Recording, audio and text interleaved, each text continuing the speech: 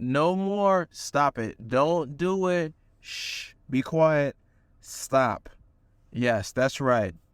This is a big reason why you may not be manifesting the things that you want, because you're sharing these meditations that you're having within to people around you, and their inner doubts is clouding you from fully surrendering to the fact that this is done. The only exception to this is if you have the ability to walk in your life with something that's called brazen impudence. If you cannot walk in your life with brazen impudence, stop sharing it. Well, Evan, what do you mean by brazen impudence? Brazen impudence means it doesn't matter what the outer world shows you, what physical reality shows you, what other people are doing. You believe it is done. If you can walk with the conviction that it is done, it is so, and you are bold in your assumption, it doesn't matter who you share it to, because it will happen. But if you don't have that ability to do it yet, your constant sharing of these inner scenes that you've done before they've actually materialized can be likened to planting a seed in the ground, watering it, and then asking your friend to come over and look at the seed that you got. And by showing them, you actually dig it out of the ground with the dirt and everything. And you show it to them and say, hey, look at this thing I'm growing. And they're looking at you like, what? Like, what thing? What thing are you growing? Don't do that. Stop. Stop sharing these inner scenes that you're creating. Build up on the coincidences. Build your inner belief. Build your faith. I recently, my girlfriend just had a coaching session with an energy healer. Her name is Raisa. You may have heard of her. Was doing a couple podcasts with Barry J. White on his channel is Giving Voice to the Wisdom of the Ages. And I was so fascinated by all the testimonials. I wanted to have my own session with her, but I decided to do it as a gift to my girlfriend. So she just recently had a session with her, and it went very well, actually. She ended up getting a tremendous weight lifted off of her regarding something in her childhood, some memories. I noticed that she's been feeling so much more joy recently since her session with Raisa. But anyway, she said something to my girlfriend that stuck with me, because she was asking her, like, how manifesting, there's things I've tried to manifest and it hasn't happened. And she mentioned that for people who aren't used to using their abilities like this, can be likened to an old train.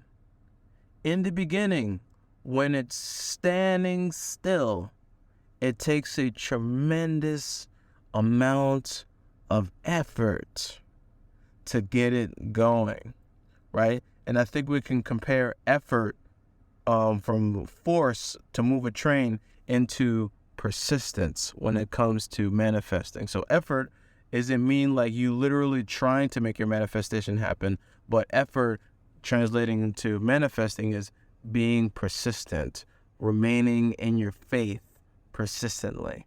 So anyway, in the beginning, a train takes a tremendous amount of effort to get going. But once it's got its wheels turning and it builds up momentum, it becomes unstoppable, right? You can put a brick wall in front of it and it'll literally just plow right through it because it's there.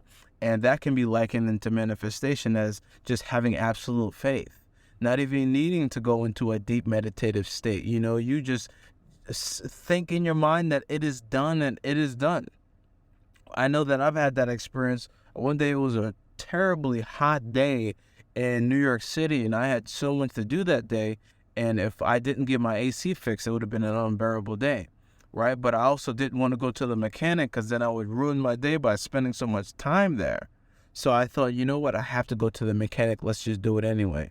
But I figured, you know what? Neville always says, try it, test your ability to use your imagination.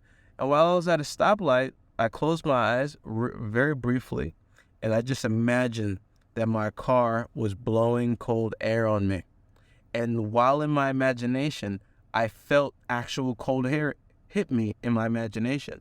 And to me, that was enough to accept and believe that my AC was fixed. So I said, thank you, Father, for showing me my AC is fixed. And I left it at that. I accepted it. It was done. By the time I got to the mechanic, I still kept driving there. The most interesting thing happened. He pulled out my glove compartment. He pulled it out. And then he said, your blower, it seems to be not working. And he literally does this. He smacks it. And then the AC just comes on. I didn't have to waste hours at the mechanic. And he didn't even charge me. Imagine that. Coincidence? If you're spiritually awakened, no coincidence. I created that event because when I imagined that my cold air was hitting me and accepted it, that had to be the case. My AC had to be fixed. So anyway, when you get to the point where you can easily accept any reality that easily, then that's when you're at the point where your old train, this metaphorical analogy, is nothing can stop it. With that being said, I wish you an incredible day and strive to manifest multiple. Actually, before I end this video, let me say this to really reiterate. If you, for instance, are only able to create small things in your life, right? And you're like, I can't manifest the big things. Focus on manifesting things that are just a little bit outside of what you would normally expect. I gave this example before. If you earn $2,000 a week, don't try to manifest earning $20,000 a week right away if this is something you're used to. Go from $2,000 to $2,600, $600 more a week. Now, it's not totally unlikely, but it is a little bit abnormal, right? And the reason why you want to do something just a little bit outside of what you can normally expect is because you are able to expect that. Okay, I know that's a little bit of a tongue twister, but the real key here is these three main points of being able to manifest, right? The first point is you have to have the desire for it. That's check for most people. We got the desire. Number two, you have to believe in it. You have to believe it's done or it's possible, right? For most people, that's check. But the real difficult part is the last one. Can you expect it? Do you have the desire for it? Can you believe it? And do you expect it to happen? Expectation is the nuance that can be very difficult to feel. That expectation is easy for you to expect these small things because it's within your realm of expectation, or just a little bit outside of your realm of expectation where it's not totally unlikely. Where you're trying to go from $2,000 a week to never manifesting anything in your life, and now you just expect that you'll be able to manifest $20,000. You don't reasonably expect that to happen. That's not within your realm of expectation.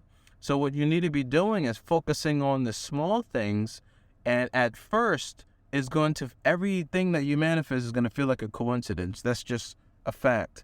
It's always going to feel totally natural. So it's going to feel like, man, I feel like that would have just happened anyway. You have to build up the coincidences. So manifest the exact same thing multiple times. By the time you get to the 5th time, the 6th time, at best, you want to get to the 10th time of manifesting the same thing. You can no longer call it a coincidence. You know the reason why it was manifested is because you created it. It wasn't just going to happen anyway. And it is at that point where then now you can start to focus on things that are more unreasonable, like going from $2,000 to $5,000 a week. And then doing that multiple times, like, whoa, I mean, that's not really that far from 50,000. We might as well think big. It takes the same amount of energy to think big as it does to think small. Might as well think big, right? But build your coincidences first, okay? I gave a lot here in this audio, but I hope you enjoyed it. I got a gift for you in the description. Go pick it up. My 7-day workbook, Mental Manifesting. I also have a course coming out it has so much value in it. So there's some people that are upset with me because they say I'm pricing it too low, right? But you know what? I believe you have to give more and more and more before you ask for those, for the big return. So yeah, there's going to be a tremendous amount of value in it.